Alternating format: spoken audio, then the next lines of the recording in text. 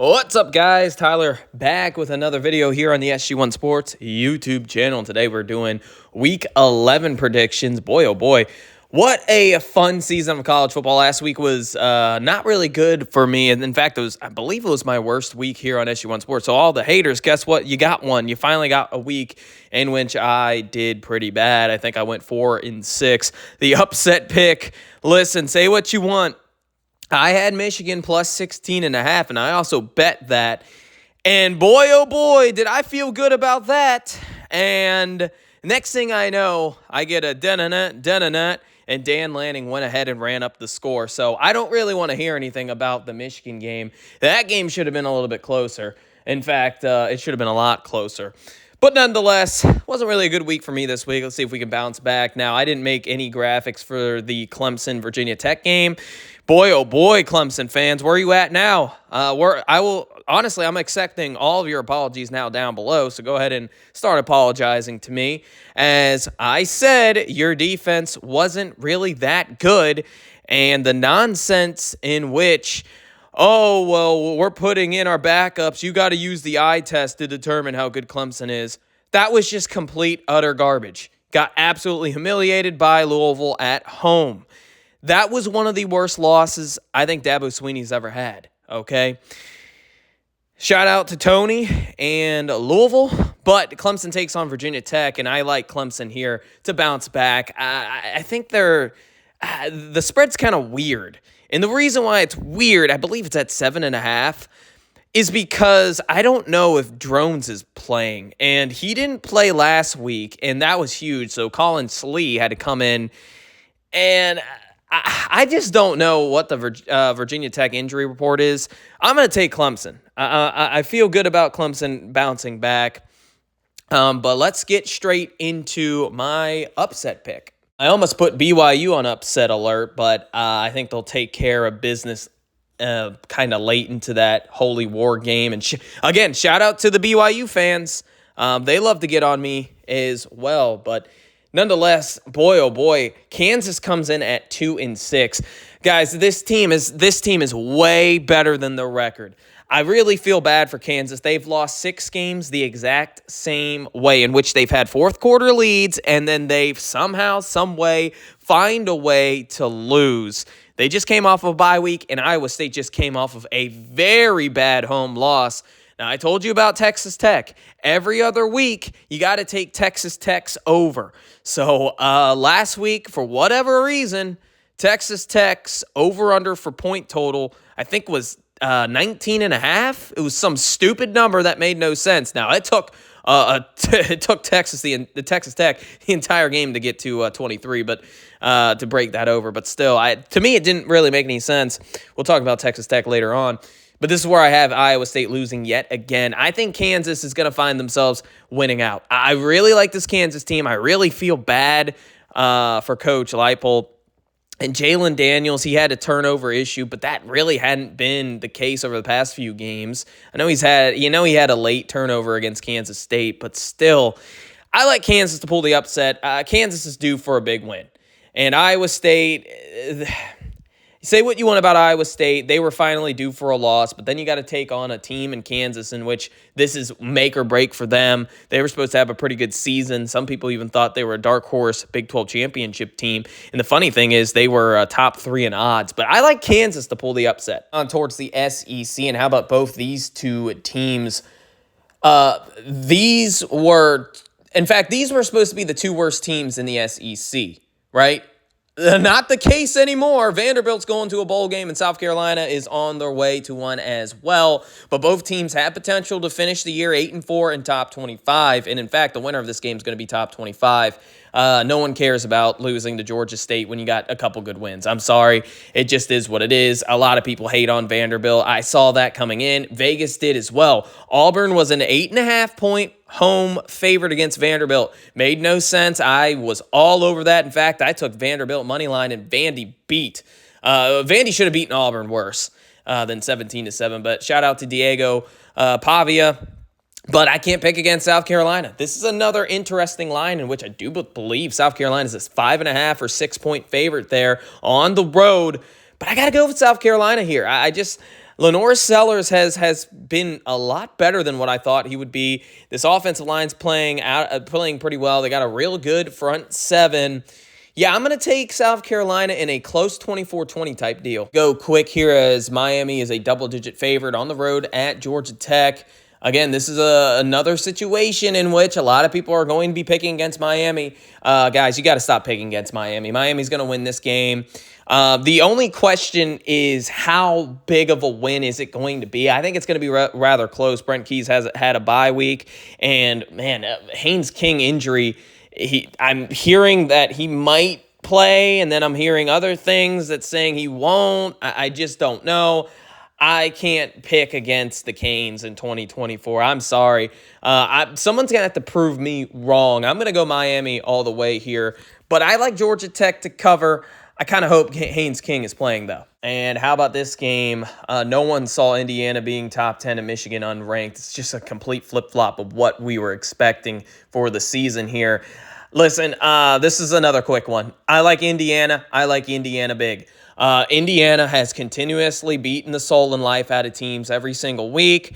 I know they're 8-1 against the spread. They should be 9-0. They missed the FIU game, I do believe, by a half a freaking point. This team has something to prove. They're going to beat Michigan. Guess what? They get a bye before they play Ohio State. That game is starting to look a little interesting, but give me Indiana big. This game comes on at noon. This is an interesting game, but Florida is a 21.5-point road underdog. I love the points there. Billy Napier I don't know if anyone has heard the news, but he's the AD for Florida, Scott Strickland, has announced that Billy Napier will be back next year. That's a huge confidence booster for Billy Napier. And, oh, by the way, they had a really good game against Georgia, in which, I get it, Florida lost some players, but that was a pretty well-coached game, in my opinion. So shout out to Billy Napier. Like I've been saying, I say this pretty much every week, but since the UCF game, but this is his best coached team. This is his best team that he's had. His defense is getting better, and their offense, okay, we'll see if Lagway's playing. Listen, the injury, he had a hamstring injury. It looks scary. I don't think it's a smart idea to rush him in this game, but again, I'm not an athletic trainer or coach. I'm hearing that he might play this game, which would be crazy. But nonetheless, even with the Yale transfer at quarterback, I think Florida's going to compete in this game. Their defense is going to make this a little bit interesting. In the end, I think Texas is going to win.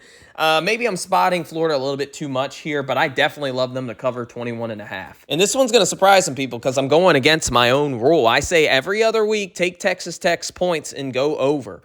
Well, I believe Texas Tech's point total for this game is 27.5, and I'm going to go with it. And the points. I think Texas Tech's going to win this game. It's in Lubbock.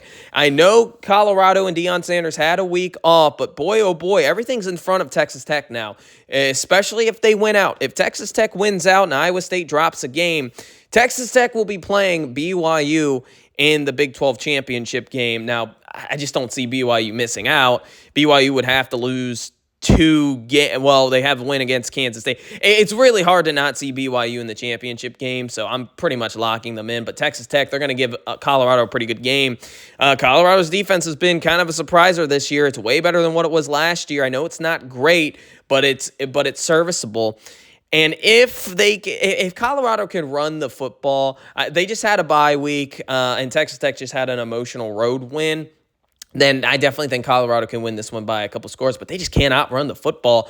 I like Texas Tech, though. Taj Brooks, do you see what he did late game against Iowa State?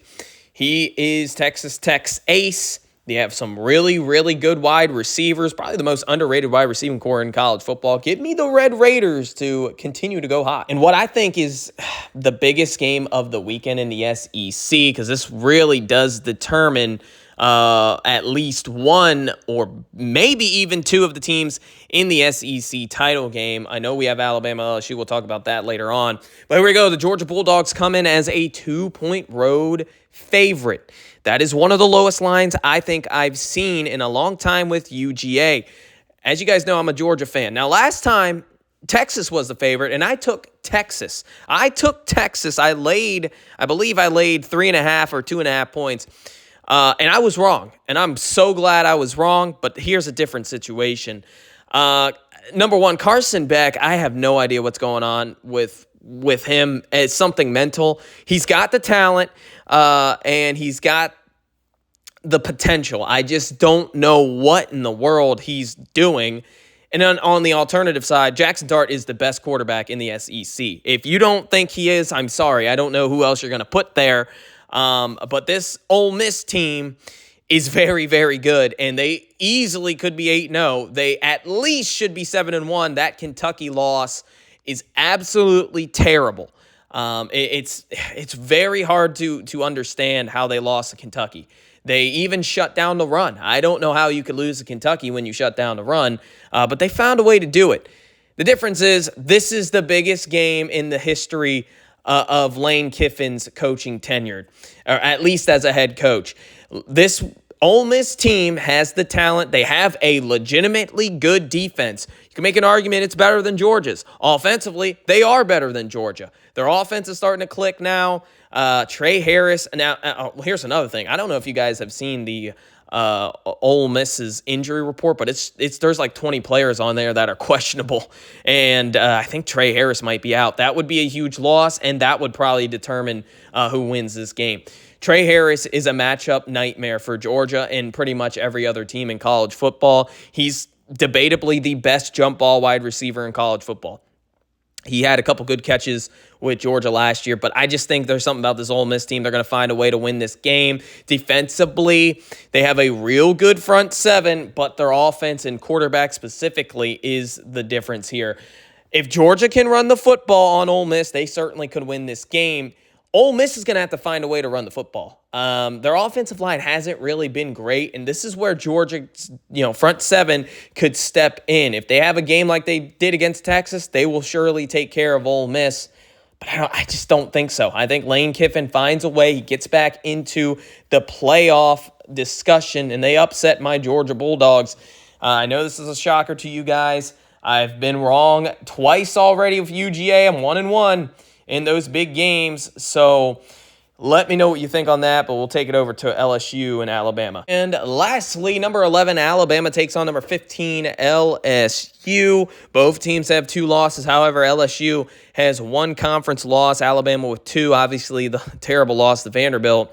And at Tennessee, Brian Kelly I believe he's undefeated at home. LSU is the toughest place to play in college football. You saw the voodoo magic they pulled against Ole Miss earlier this year. We've seen it before when the last time Alabama came to Baton Rouge and Death Valley.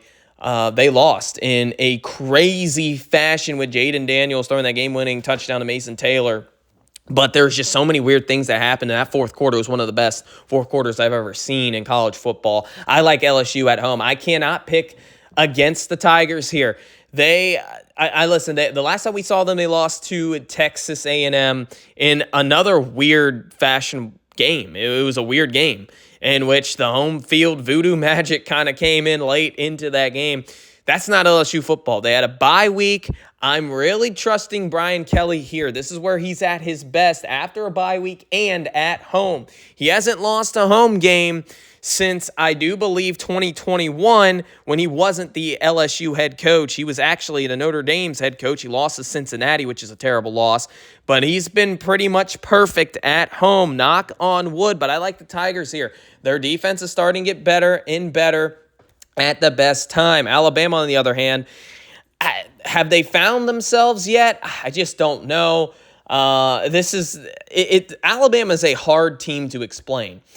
The winner of this game, though, I could legitimately see, and in fact, I do think the winner of this game is going to end up in Atlanta somehow, especially if it's LSU with that 1 loss. I don't really see them losing another game. But you guys let me know what you guys think here. It's a good week of college football. Every week's a good weekend of college football.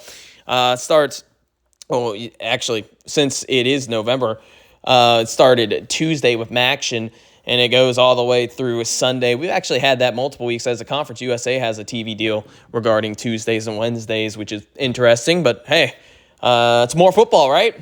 So thank you guys for watching this video. I'll see you in the next video. Peace out.